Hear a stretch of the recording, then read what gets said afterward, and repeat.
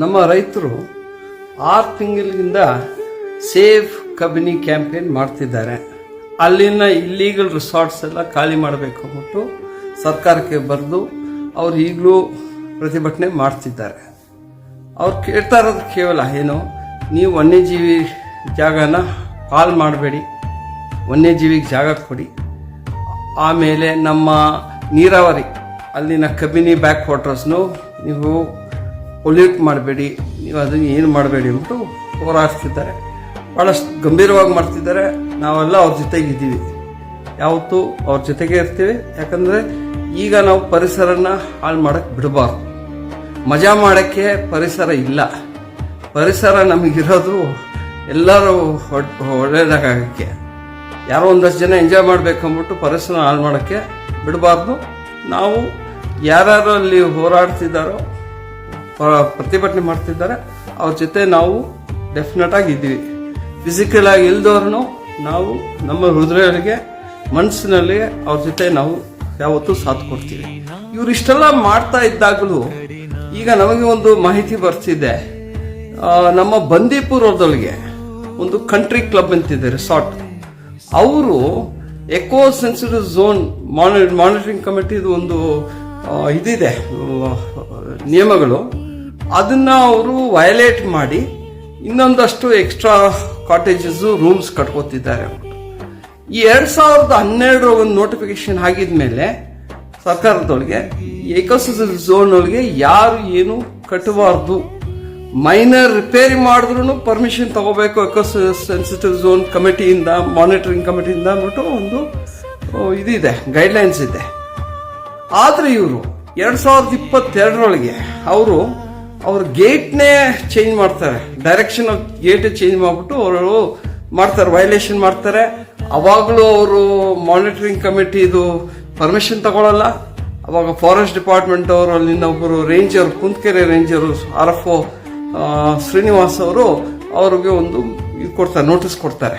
ಆ ನೋಟಿಸ್ ಕೊಟ್ಟಿದ ಮೇಲೂ ಅವರು ಧೈರ್ಯವಾಗಿ ಕಟ್ತಾರೆ. ಯಾಕಂದ್ರೆ ಅವ್ರಿಗೆ ಬೇರೆ ತರ ಪೊಲಿಟಿಕಲ್ ಸಪೋರ್ಟ್ ಇರೋದ್ರಿಂದ ನಾನು ಏನ್ ಬೇಕಾದ್ರೂ ಮಾಡ್ಕೋಬಹುದು ಮಾಡ್ಬಿಟ್ರು. ಈಗ ನೋಡಿದ್ರೆ ಅದು ಬಿಡಿ, ಅದು ಆಯ್ತು. ಈಗ ನೋಡಿದ್ರೆ ಹೊಸ ಕಟ್ಟಡಗಳು ಬರ್ತಾ ಇದೆ, ವಿಡಿಯೋಗಳಿದೆ, ನೀವು ನೋಡ್ಬೋದು. ಎಷ್ಟು ಮಟ್ಟಕ್ಕಂದ್ರೆ ಯಾರು ರೂಲ್ಸು ಅದೆಲ್ಲ ನಮಗೆ ಬೇಕಾಗಿಲ್ಲ.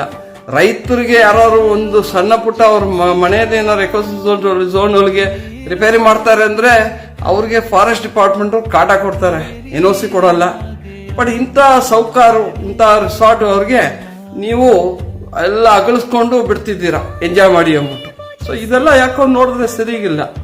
ಒಂದು country club ecosensitive zone monitoring ಕಮಿಟಿದ್ದು ಗೈಡ್ಲೈನ್ಸ್ ವೈಲೇಟ್ ಮಾಡಿದ್ದಾರೆ. Forest wildlife protection act violate ಮಾಡಿದ್ದಾರೆ. ಮತ್ತೆ ನಮ್ಮ ಕರ್ನಾಟಕ ಪೊಲ್ಯೂಷನ್ ಕಂಟ್ರೋಲ್ ಬೋರ್ಡ್ ಅದು ನಿಯಮಗಳನ್ನು ವೈಲೇಟ್ ಮಾಡಿದ್ದಾರೆ. ಅದನ್ನ ನಾನು ಮುಂದಕ್ಕೆ ಹೇಳ್ತೀನಿ.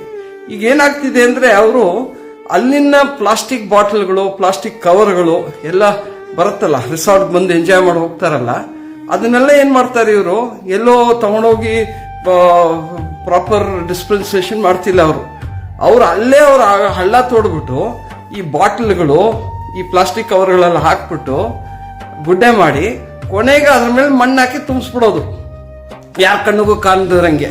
ತಿರ್ಗಾ ಅದು ಮುಗ್ದಿದ್ಮೇಲೆ ಇನ್ನೊಂದ್ ಕಡೆ ಅಗಿಯೋದು, ಅದೇ ತರ ಗುಂಡಿ ಅಗ್ದುಬಿಟ್ಟು ಪ್ಲಾಸ್ಟಿಕ್ ಬಾಟಲ್ ಕವರ್ಗಳು ಬೇರೆ ಬೇರೆ ಏನೇನು ಡಿಸ್ಪೋಸಲ್ ಇದೆ ಅದನ್ನೆಲ್ಲ ಹಾಕ್ಬಿಟ್ಟು ತಿರ್ಗಾ ಅದ್ರ ಮೇಲೆ ಮಣ್ಣು ಹಾಕ್ಬಿಟ್ಟು ತುಂಬಿಸ್ಬಿಟ್ಟು ಮುಚ್ಬಿಡೋದು.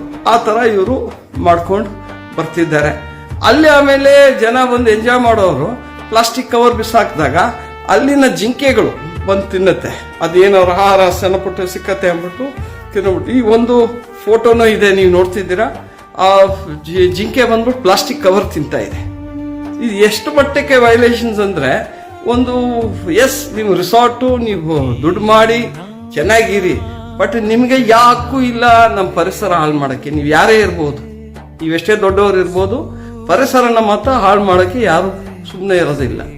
ಸೊ ನಾವೀಗ ಸರ್ಕಾರಕ್ಕೆ ಕೇಳ್ತಿರೋದು, ದಯವಿಟ್ಟು ನಿಮ್ಮ ಎಕೋ ಸೆನ್ಸಿಟಿವ್ ಝೋನ್ ಮಾನಿಟರಿಂಗ್ ಕಮಿಟಿಯವರು ಇದ್ರ ಬಗ್ಗೆ ಒಂದು ಇದು ಮಾಡಲೇಬೇಕು, ಎನ್ಕ್ವೈರಿ ಮಾಡಲೇಬೇಕು.